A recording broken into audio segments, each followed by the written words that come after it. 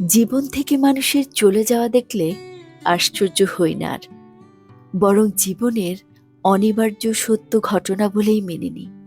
ভাবুন তো, জীবনে যত মানুষ এসেছিল তারা যদি সকলেই থেকে যেত, পারতেন সবাইকে সমান এফোর্ট দিয়ে ব্যালেন্স করতে?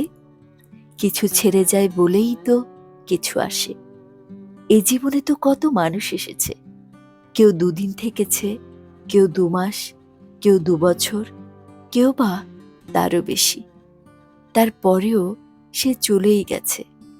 সম্পর্কের শুরুতে যে আগ্রহ, যে এফোর্ট, যে ভালোবাসা ছিল, পরে সেগুলো আর কিছুই থাকে না।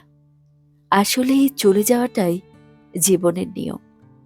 একটু ভেবে দেখলে দেখবেন, সবাই কিন্তু আপনাকে ছেড়ে যায়নি, আপনিও কোনো না কোনো মানুষকে ছেড়ে এসেছেন।